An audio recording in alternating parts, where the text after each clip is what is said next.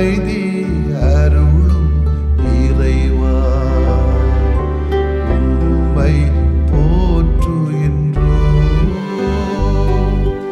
நெஞ்சில் சுமக்கும் இறைவா, நீதியில் நிறைவே இறைவா, சுமை தாங்கியே இறைவா, புகழ்ந்து போற்றி ஆராதிக்கின்றோம்.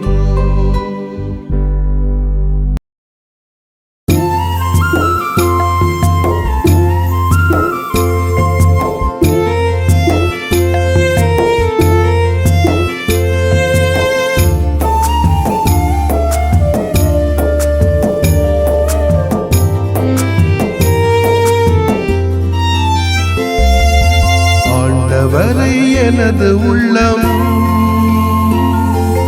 போற்றி பெருமை அடையுதே. ஆண்டவரை எனது உள்ளம் போற்றி பெருமை அடையுதே. என் உள்ளம் ஆண்டவரை போற்றி பாடுகின்றது. என் மீட்பராம் கடவுளை நினைத்து எனது மனம் களி கூர்கின்றது. ஏனெனில் தாழ்நிலையில் நின்ற அடிமை என்னை கண்ணோக்கினார்.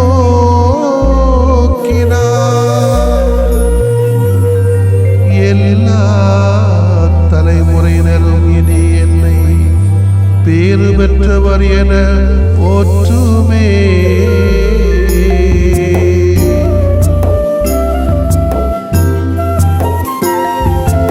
ஆண்டவரை எனது உள்ளம் போற்றி பெருமை அடையுதே. ஆண்டவரை எனது உள்ளம் போற்றி பெருமை அடையுதே. தூயவராம் கடவுள் எனக்கு அரும்பெரும் செயல்கள் செய்துள்ளார்.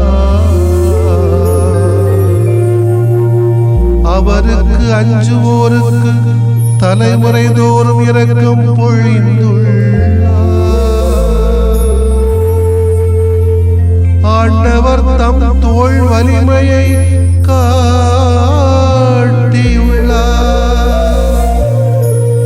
உள்ளத்தில் செருக்குடன் சிந்திப்போரை சிதறடிக்கிறார்.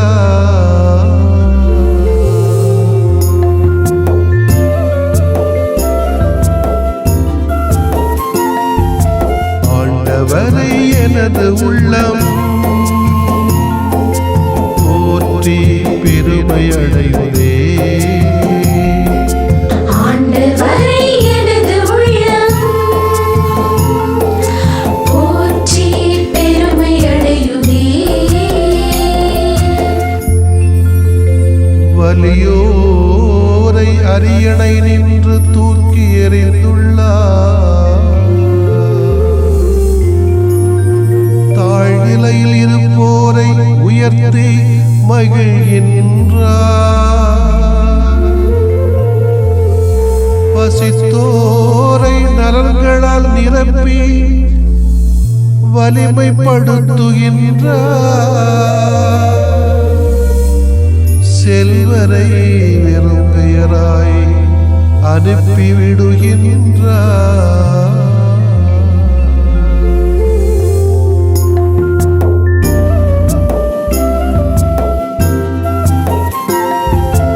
ஆண்டவரை எனது உள்ளம் போற்றி பெருமை அடையுதே. ஆண்டவரை எனது உள்ளம் போற்றி பெருமை அடையுதே. நம் முன்னோர்க்கு உரைத்தபடி தந்தையாம் ஆபிரகாமையும் அவர்தம் வழிமரபினரையும் என்றென்றும் பேரிரக்கத்தால் தம் நினைவில் கொண்டு வல்லமையுடன் வழி நடத்துகின்றார். தம் ஊழியராம் இஸ்ராயேலுக்கு துணையாயிருக்கின்றார்.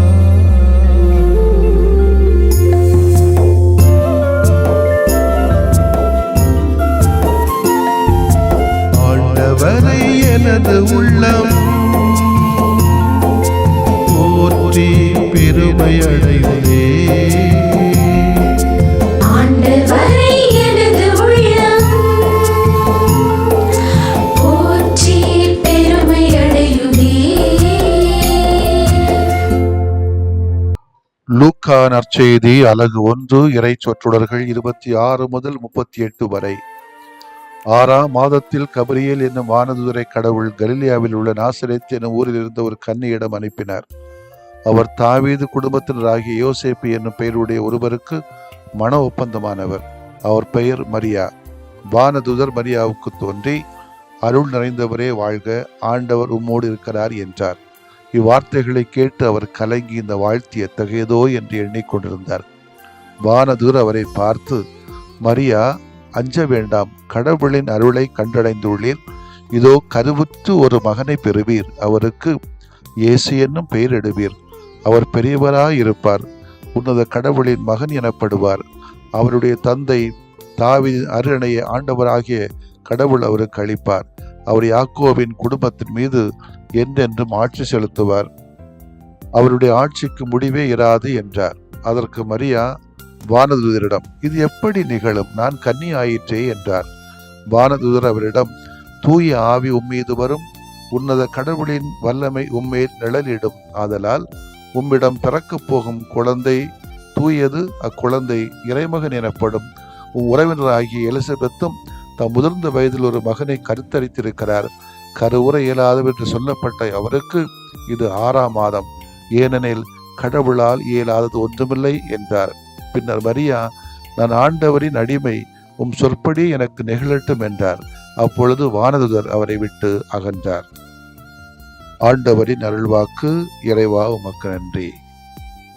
கிறிஸ்து இயேசுவிலே பிரியமுள்ள சகோதர சகோதரிகளே, அகில உலக திரு அவை இன்று தூய கன்னிமரியாவின் அமல உற்பவ பெருவிழாவை கொண்டாடுகிற சூழலிலே உங்கள் யாவருக்கும் இந்த விழா வாழ்த்துக்களையும் இறை வேண்டுதல்களையும் தெரிவித்துக் கொண்டு, தூய்மையான மனதோடும் உள்ளத்தோடும் உடலோடும் உறவோடும் நம்முடைய வாழ்க்கையை கடவுளுக்கு அர்ப்பணிக்கவும், கடவுளை பெருமைப்படுத்தவும் நம்மை கடவுள் ஒரு கருவியாக மாற்றட்டும் என்ற வாழ்த்துக்களை கூறிக்கொள்கிறேன்.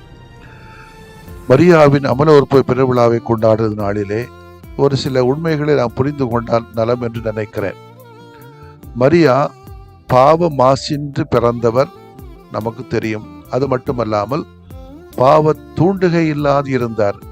அவருடைய விழாவை கொண்டாடுகிற நாம் அவரை போன்று மாசற்ற தூய்மையான ஒரு வாழ்க்கை வாழ வேண்டும் என்ற அழைப்பு கொடுக்கப்படுகிறது. எங்கே தூய்மை, எங்கே மாசற்றத்தனம் இருக்க வேண்டும் என்பதை பற்றி நாம் ஆய்ந்து பார்க்க வேண்டும். நமது அன்னை மரியாவின் விசுவாச அறிக்கை இது. இன்றுதான் அறிக்கையிட்டதை தனது வாழ்வின் தொடக்கத்தில் மட்டுமல்ல, இறுதி வரையிலும் வாழ்ந்து காட்டினாள் என்பது வரலாறு. இந்த விசுவாச அல்லது நம்பிக்கை அறிக்கையின் அடிப்படையில் தன் வாழ்க்கையை முழுவதும் கட்டி எழுப்பினாள். அவர் வாழ்வின் எல்லா நிகழ்வுகளிலும் வலுவூட்டி வழி நடத்தி சென்றது இது நம்பிக்கை அறிக்கை என்பதை நாம் மறந்துவிடக்கூடாது. நமக்கு தான் ஒவ்வொரு வாரமும் சொல்லுகிறோம், விழாவிலையும் சொல்லுகிறோம், நம்பிக்கை அறிக்கை எழுது நின்று சொல்லுவோம் சொன்னா சொல்லுகிறோம், வாய் அசையும், வாய் கூட நிறைவேறு அசையாது. அப்ப எப்படி வாழ்க்கை அசையும்? அதனால தனது விசுவாச அறிக்கையை அல்லது நம்பிக்கை அறிக்கையை ஒரு குருட்டு நம்பிக்கை அறிக்கை போல நாம் வாசிக்க கூடாது, சொல்லக்கூடாது. மாறாக ஆழ்ந்த அறிவுபூர்வமானது என்பதை மரியா தன் பல்வேறு கேள்விகளிலே உறுதிப்படுத்துகிறார். வானதூதரின் வாழ்த்தில் மயங்கி விடவில்லை, மிக பெரிய பதவியிலும் அசந்து விடவும் இல்லை. தன் கேள்விகளை கேட்கிறார், சந்தேகங்களை நிவர்த்தி செய்கிறார். வானதூதரால் சொல்லப்பட்ட செய்தியின் சான்றுகளை உறுதி செய்கிறார். அறிவுபூர்வமாக சில உண்மைகளை கண்ட பின் அறிவுக்கு அப்பாற்பட்ட ஆண்டவரின் ஆற்றலுக்கு தன்னை அர்ப்பணித்துக் கொள்கிறாள். இவ்வாறு நம்பிக்கைக்கு விளக்கம் தருகிறார் அன்னை மரியா. ஆகவே நம்பிக்கை, கடவுள் நம்பிக்கை இவை மூட நம்பிக்கை அல்ல. அறிவில் ஆரம்பமாகி ஆண்டவனின் அருளில் நிறைவடைவது. முழுமையாக அதன் காரண காரியங்களை அறிவுபூர்வமாக தெரிந்து கொண்ட காரணத்தால் தன் வாழ்வின் எல்லா சூழலிலும், குறிப்பாக நிரபராதியான தன் அன்பு மகனை இளம் வயதில் குற்றவாளியாக சிலுவையில் அறைந்து கொன்றதை அமைந்த உள்ளத்தோடு ஏற்றுக்கொள்ள முடிந்தது. இது விசுவாசம். நான் ஆண்டவரின் அடிமை என்றதன் வாழ்க்கை வடிவம். இந்த விசுவாச அறிக்கையும் வாழ்வும் நமது அன்னையை உலகம் போற்றும் பெண்ணாக, விண்ண அரசியாக உயர்த்தி உள்ளது. இந்த அன்னையை நாம் வேண்டுகிற சமயத்தில் நாமும் முடிந்த வரைக்கும் தூய்மையான சூழலில் நம்மை நாம் உருவாக்கி கொள்ள வேண்டும். தூய்மை அல்லது மாசற்றத்தனம் உடலில், உடுப்பில் மட்டுமல்ல, உடையில் மட்டுமல்ல. நிறைய பேர் நினைக்கிறாங்க உடையில சுத்தமா போனா போதும் அவன் யோக்கியமானவன் அப்படின்னு நினைக்கிறாங்க. No no, never. முதலிலே உள்ளத்திலே உள்ள உணர்வுகளிலே, உறவுகளிலே அந்த தூய்மைத்தனம், மாசற்றத்தனம் தொடங்க வேண்டும். வெளியில ஊன்னு ஒருவேளை கோவப்பட்டு பேசலாம், சிரிச்சு பேசலாம், அல்லது சாதாரண பேசலாம். அடிப்படையிலேயே உள்ளத்தின் அடி ஆழத்தில் உள்ள உணர்வுகளிலே தூய்மை தர வேண்டும். இரண்டாவது, நாம் உடுக்கின்ற உடைகளிலே சுத்தமாக இருக்க வேண்டும். ஏன்னா பல பேர் பார்ப்பாங்க, பல பேர்கிட்ட நம்ம பக்கத்தில் இருப்போம், நாற்றம் அடிச்சுன்னா பிரச்சனை ஆயிரும். எனவே 2. மூன்றாவது, உண்ணுகிற உணவு இன்னைக்கு எல்லாம் நச்சுத்தனம் கூடி போச்சு, அசுத்தத்தனம் உணவுகளிலும் கூடி போச்சு. எனவே முடிந்த வரைக்கும் ஹோட்டல் சாப்பாடுகளை கொஞ்சம் அப்புறப்படுத்தி விட்டு வீடுகளிலே, இல்லங்களிலே நாம் உணவு, ஆரோக்கியமான உணவுகளை, சுத்தமான உணவுகளை அருந்தினால் நம்முடைய உடலுக்கும் உறவுக்கும் நல்லது. அதே போன்று உறவுகளிலும் அதிகமான சுத்தத்தனம் வேண்டும். உறவுகளிலே நிறைய பொய்த்தனம் இன்றைக்கு வந்து கொண்டு இருக்கிறது. அதுக்கு பல காரணங்கள். செல்ல சொல்லுவாங்க, அல்லது பணத்தை சொல்லுவாங்க, பதவியை சொல்லுவாங்க, வெளி வேலைகளை சொல்லுவாங்க. இருந்தாலும் முடிந்த வரைக்கும் எல்லாரும் யோக்கியத்தனமாக இருக்க முடியாது. இருந்தாலும் பலவீனங்கள் இருக்கத்தான் செய்யும். அதை ஒரு பலமாக்கி கொள்ளாமல் முடிந்த வரைக்கும் உறவுகளிலே கொஞ்சம் சுத்தத்தன்மை, தூய்மைத்தன்மை, மாசத்தன்மை இருந்தால் மிகவும் நல்லது.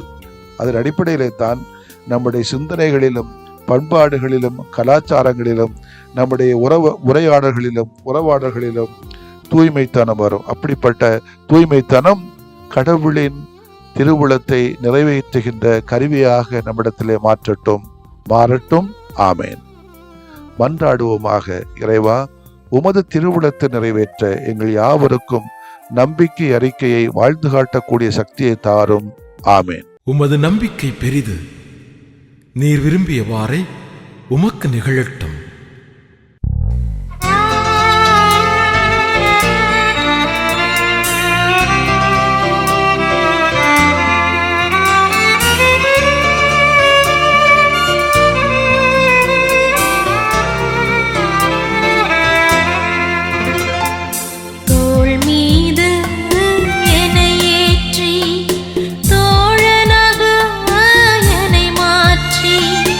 உடன் நடக்கும்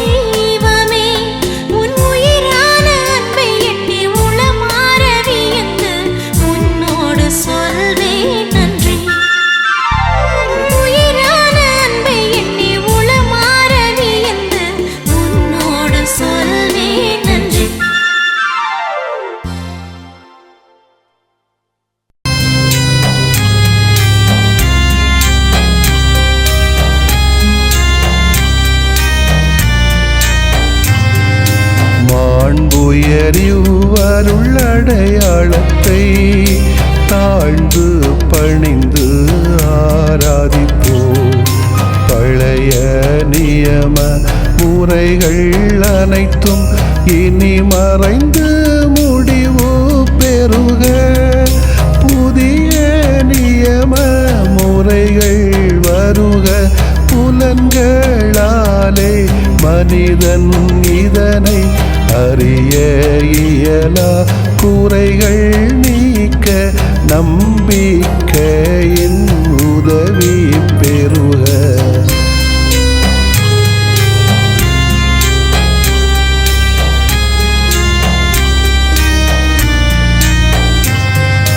தந்தை அவர்க்கும் மகன் அவர்க்கும் புகழ்ச்சியோடு வெற்றியாக்கும். மீட்பின் பெருமை மாட்சிமையோடு வலிமை வாழ்த்து யாவுமாக. இருவரிடமாய் வருகின்றவராம் தூய ஆவியானவர்க்கும் அளவில்லாத சமப்புகழ்ச்சி என்றுமே உண்டாகுக. ஆமென். வானென்று அவர்களுக்கு அப்பமளித்தீரே, இனிமையெல்லாம் தன்னகத்தில் கொண்ட அப்பம் இதுவே. மன்றாடுவோமாக. இறைவா, இந்த வியப்புக்குரிய அருளடையாளத்திலே உம்முடைய பாடுகளின் நினைவு எங்களுக்கு விட்டு சென்றீ.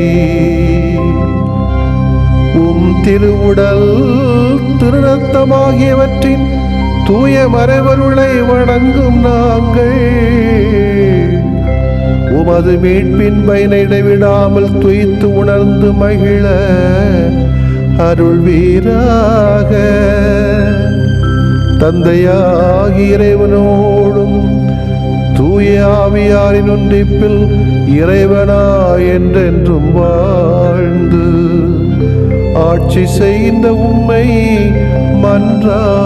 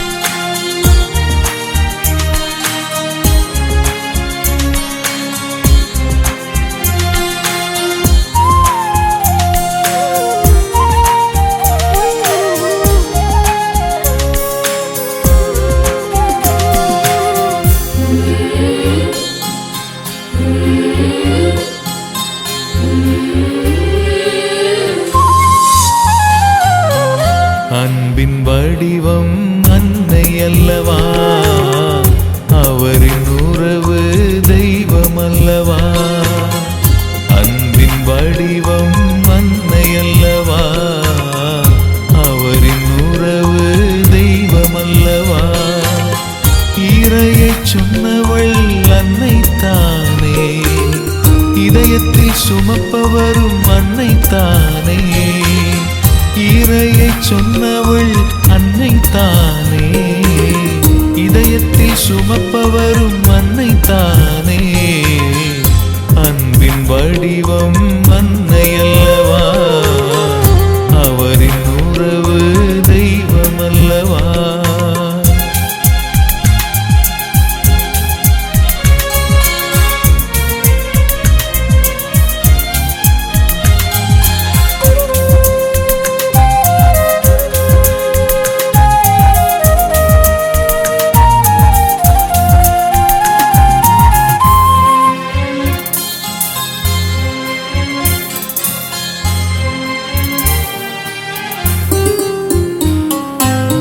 கருவை சுமந்து உருவம் தந்தாய், கண்ணயராது காத்து நீதம் வளர்த்தாய்.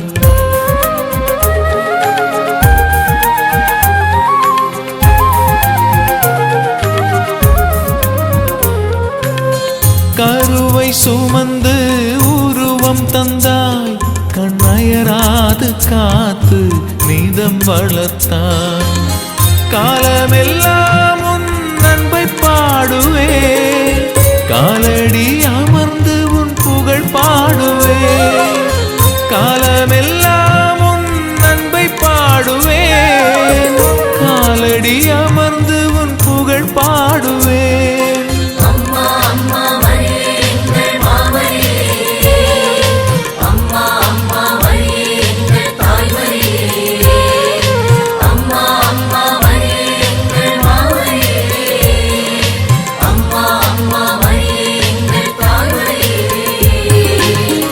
அன்பின் வடிவம் அன்னை அல்லவா, அவரின் உறவு தெய்வம் அல்லவா.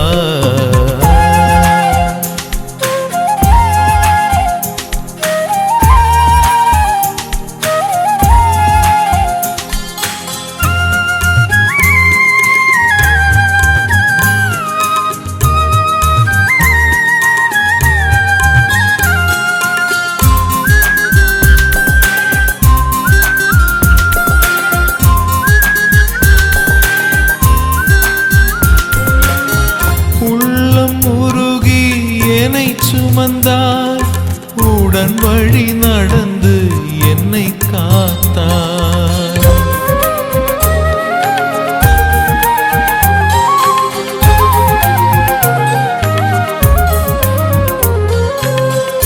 உள்ளம் உருகி என்னை சுமந்தாய், உடன் வழி நடந்து என்னை காத்தாய். வாழ்வதும் வளர்வதும் உன் அன்பிலே, நேசத்தின் வாசத்திலே உயிர் வாழ்வே. வாழ்வதும் வளர்வதும் உன் அன்பிலே, நேசத்தின் வாசத்திலே உயிர் வாழ்வேன். அம்மா அம்மா மரியே எங்கள் மாமரியே, அம்மா அம்மா மரியே எங்கள் தாய்மரியே, அம்மா அம்மா மரியே எங்கள் மாமரியே, அம்மா அம்மா மரியே எங்கள் தாய்மரியே. அன்பின் வடிவம் அன்னை அல்லவா, அவரின் உறவு தெய்வம் அல்லவா. அன்பின் வடிவம் அன்னை அல்லவா, அவரின் உறவு தெய்வம் அல்லவா. இறையை சொன்னவள் அன்னை தானே, இதயத்தில் சுமப்பவரும் அன்னை தானே. இறையை சொன்னவள் அன்னை தானே, இதயத்தில் சுமப்பவரும் அன்னை தானே. அன்பின் வடிவம் அன்னை அல்லவா, அவரின் உறவு தெய்வம் அல்லவா.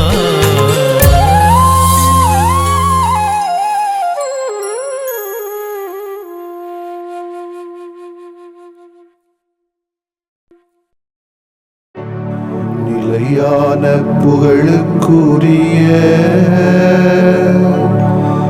தூய இறை நன்மைக்கு எல்லா காலமும் தொழுகையும் புகழும் போற்றியும் ஆட்சிமையும்